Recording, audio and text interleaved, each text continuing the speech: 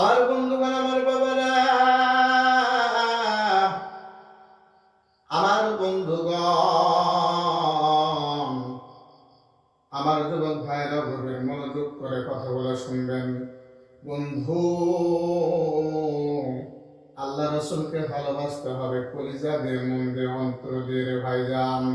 আমার বন্ধুগণ, আল্লাহ রসুলকে ভালোবাসতে হবে, জীবনের চাইতে ভালোবাসতে হবে বেশি। আল্লাহ রসুলকে যদি আপনি জীবনের চাইতে বেশি ভালোবাসেন, তাহলে তখন আল্লাহ রসুলের জন্য আপনি সিফা সালাহ হয়ে জিহাদের ময়দানে জীবন দিয়ে দেবেন। জীবন দেওয়ার সময় আল্লাহর জান্নাত দেখতে দেখতে আপনারা মৃত্যুবরণ করবেন। জোরে বলেন সুবহানাল্লাহ। আমার বন্ধুগণ,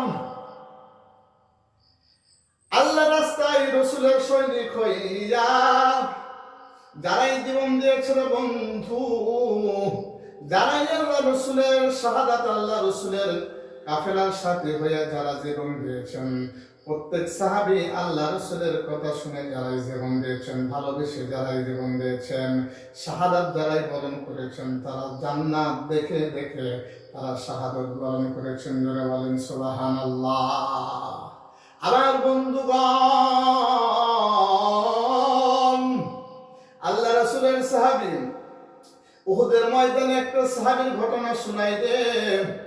আল্লাহ রাসূলের একজন সাহাবী ছিল, নাম হলো সাদ। আল্লাহ রাসূল সাদ, আল্লাহ রাসূলের কথা শুনে সাদ উহুদের ময়দানে জীবনটা বিলাইয়া দিছে। যায়েদ বিন সাবিতকে ডাক দেয়া বলে, রে যায়েদ বিন সাবিত, যাও যাও যাও, উহুদের প্রান্তরে যাইয়া দেখবা আমার সাহাবী সাদ কোথায়। আমার সাহাবী যদি সাদ দুনিয়া থেকে শাহাদাত বরণ করিয়া চলিয়া যায়, তাহলে আমার সাহাবীকে কানে কানে তুমি আমার সালামটা জানাইয়া দেবা।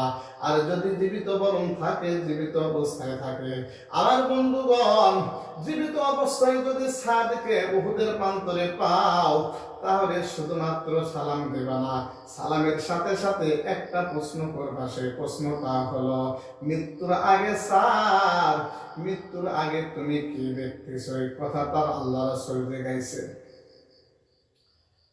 হযরত যায়েদ বিন সাবিত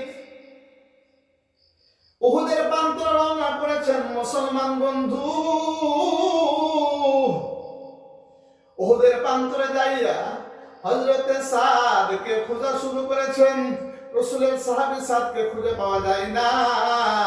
হযরত যায়েদ বিন সাবিত রওনা করেছেন উহুদের প্রান্তরে, এই পাশে ওই পাশে খুঁজে রে, কোন জায়গায় গিয়ে সাদকে পাওয়া যায় না। হঠাৎ করে এক প্রান্তরে সাদকে পাওয়া গিয়েছে। যখন সাদকে পাওয়া গিয়েছে, সঙ্গে সঙ্গে যায়েদ বিন সাবিত তাকে সালামটা জানাইছে যে রাসূল তোমাকে সালাম দিয়েছেন। সম্মানিত উপস্থিতি বন্ধুরা আমার, যখন সাদ যায়েদ বিন সাদকে সালাম দিয়েছেন, যায়েদ বিন সাবিত যখন সাদের সঙ্গে দেখা হয়েছিল, সাদকে বলে, সাদ রে, রাসূল তোমারে সালাম জানাইছে, তুমি সালামের জবাবটা দাও। আর আল্লাহ রাসূল বলেছেন, তুমি যদি জীবিত থাকো তাহলে আরেকটি প্রশ্ন করতে বলেছেন, প্রশ্নটার জবাব যদি পারো দিতে পারো। আমার বন্ধুগণ, সাদকে এবার প্রশ্ন করা হচ্ছে। যায়েদ বিন সাবিত ডাক দিয়ে বলে, যায়েদ বিন সাবিত ডাক দিয়ে বলেন, সাদ রে, উহুদের ময়দানে তুমি কি অবস্থায় আছো জানি না, কিন্তু দেখতেছি তোমার সারা শরীরের মধ্যে ৭০ থেকে ৭২টা তীরের চিহ্ন। রে সাদ, আল্লাহ রাসূল বলেছেন যদি সাদ জীবিত থাকে তাহলে সাদকে জিজ্ঞাসা করবা, সাদ তুমি মৃত্যুবরণ করার আগে তুমি কি দেখতেছ? জোরে বলেন না সুবহানাল্লাহ। আমার বন্ধুগণ, আমার বাবারা, হযরত সাদকে যখন জিজ্ঞাসা করা হয়, সাদকে যখন বলা হলো, সাদ রে, তুমি মৃত্যুর আগে কি দেখতেছ? কি দেখে দেখে তুমি মৃত্যুবরণ করতেছ?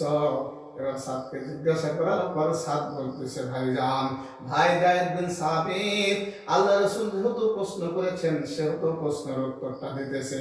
আমি মৃত্যুর আগে আল্লাহর জান্নাতের সুবাস, আল্লাহর জান্নাত দেখে দেখে আমি মৃত্যুবরণ করতেছি। জোরে বলেন সুবহানাল্লাহ।